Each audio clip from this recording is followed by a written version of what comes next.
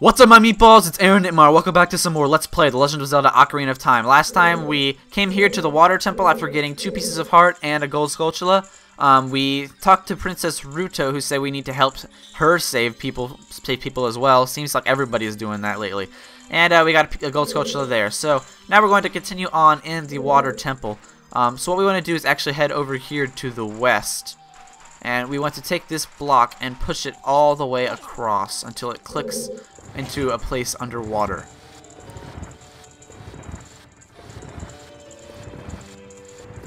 Alright. Slowly and tedious. I wish there was a way to move these a lot quicker. Like an item or something. Alright, so it's fallen under, so now we can go ahead and put on the iron boots, sink down, and raise up on this end. We might need our hook shot on this end. No, it's not this one. It might be on the way coming back. Alright. Rise up. This tempo seems to have inconsistencies. Like in some places you'll need to use your hook shot, and sometimes in that same place, like depending on your game, you'll need to just float back up. It's kind of weird. Like whenever I look up guides for notes and stuff for this thing, for this Let's Play, a lot of them are like, you know, if this happens to you, just do this. So it's like, it's not set in stone like it should be. Alright, so as you can see, we've got very rough water currents. So put on the iron boots, and we'll go ahead and sink down here. There's nothing we can really do down here, with the exception of... Alright. I'm going to keep this in because it's kind of tricky the way we have to do it. We have to float up, then quickly put on the iron boots. And then sink just on this top part. Alright, excellent. Alright, so now what we need to do is shoot this dragon's item switch. Or not item switch, but, you know, switch.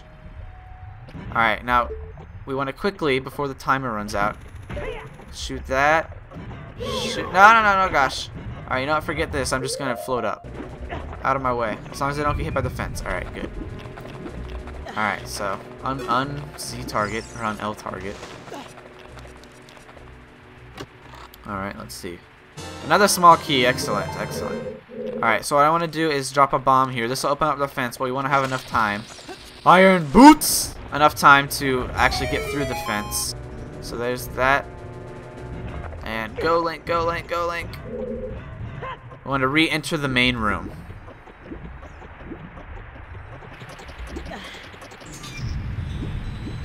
Come on, Link. You can make it. You can make it, Link. You can make it. There we go.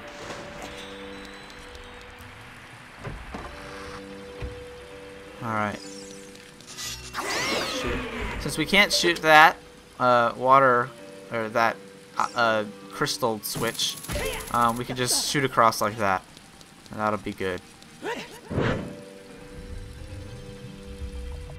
Alright, this is the part that I was talking about. What we're going to need to do is take our hook shot and shoot up here, because we're not going to be able to reach like, see, the water level isn't high enough for us to reach that yet. That's sort of trying to stump us. Alright, so now that we have 2 small keys, we're going to be able to... Oh, come on, I hit you too, piece of... Alright, so now we have 2 small keys. We are going to want to go... Finally, you may have noticed this locked door in the center here. We're going to finally want to open it. So let's go ahead, open it up, and go on in. Alright. What we need to do is hook shot. You see, this might be a little bit overwhelming. What we're going to do is hook shot up there, and play Zelda's Lullaby.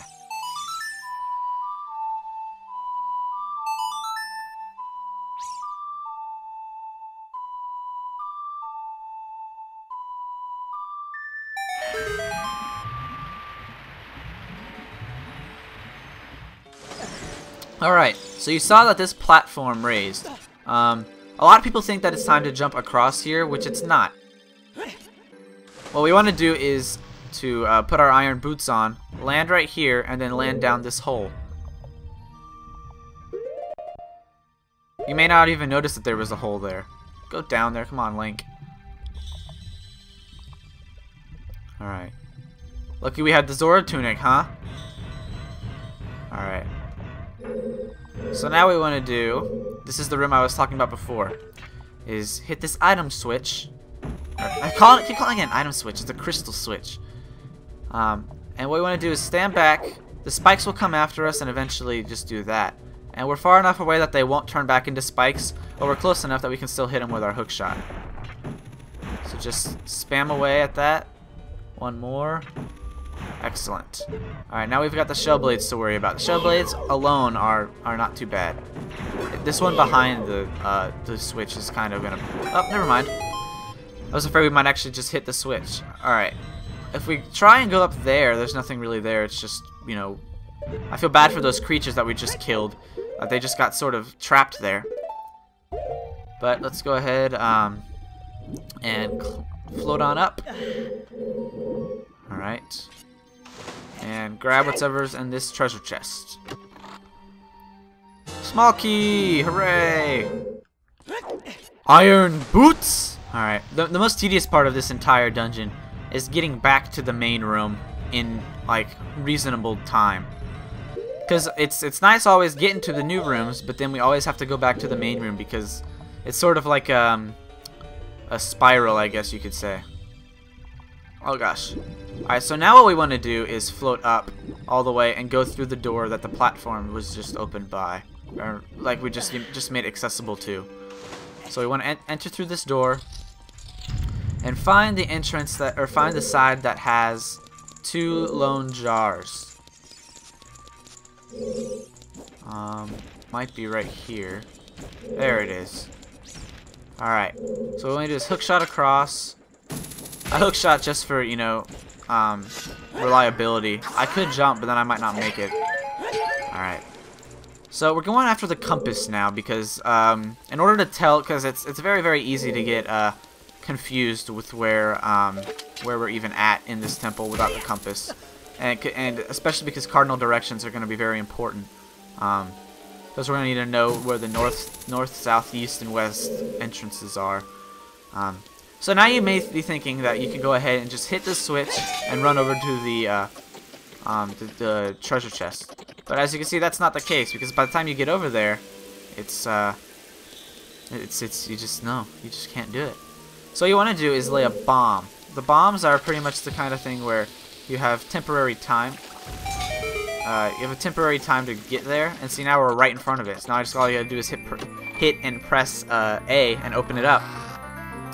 And now we're gonna go ahead and get the compass. Now we can see the locations of many hidden things, and now we can actually know where the cardinal directions are among anything else.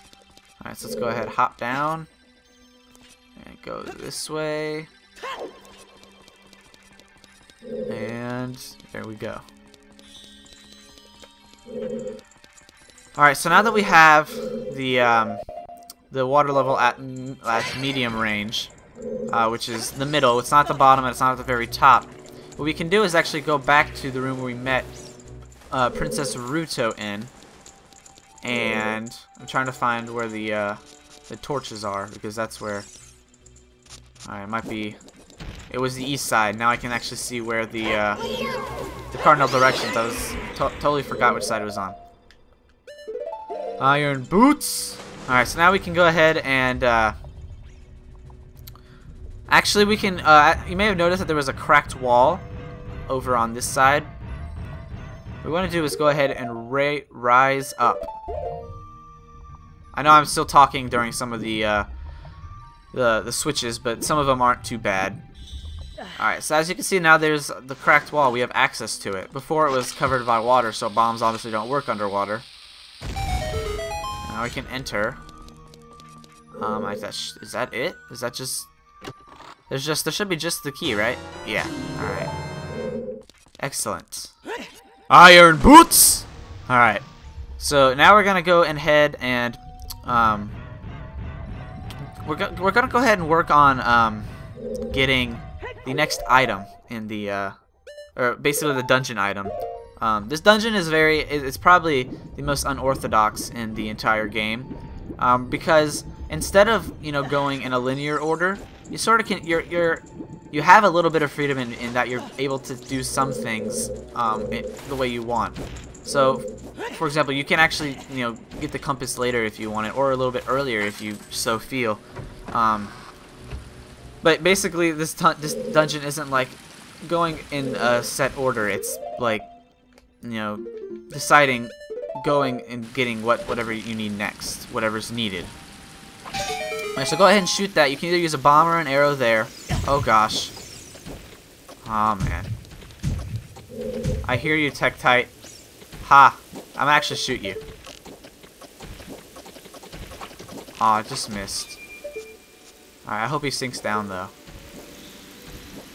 Where is he at? Alright, let's go right here and move. Ah! Alright. Alright, so now we can shoot him. Or shoot this. Once again, you can use either a bomb or an arrow. I prefer arrows because because you can sort of have more control over an arrow. Plus, you can just stand on it and raise up arrows. Just use bombs as a last resort if you don't have arrows. Alright, so now we found the third of 3 family crests, I guess you could say. So that's time to play Zelda's Lullaby, and if continuity is any kind of indicator, because we're on the highest level, it's going to raise the water to the highest level. Although I guess that's not true because the first one was at as high as you could go. Alright, so I'm going to go ahead and shoot this guy. And jump and kill him. Alright. Alright, sorry about that slight interruption there. Nothing I can do about that. Alright. Move on, no. Still hit me. Alright, we want to enter the west door. This is where we want to go. If you couldn't tell, I am using notes. I don't know this dungeon 100% like I do the others just because it's so much more different. But what we're going to do is enter this west door next time on Let's Play The Legend of Zelda Ocarina of Time. So thank you all for watching this episode, and I hope to see you again. Thank you all for watching, and I love you.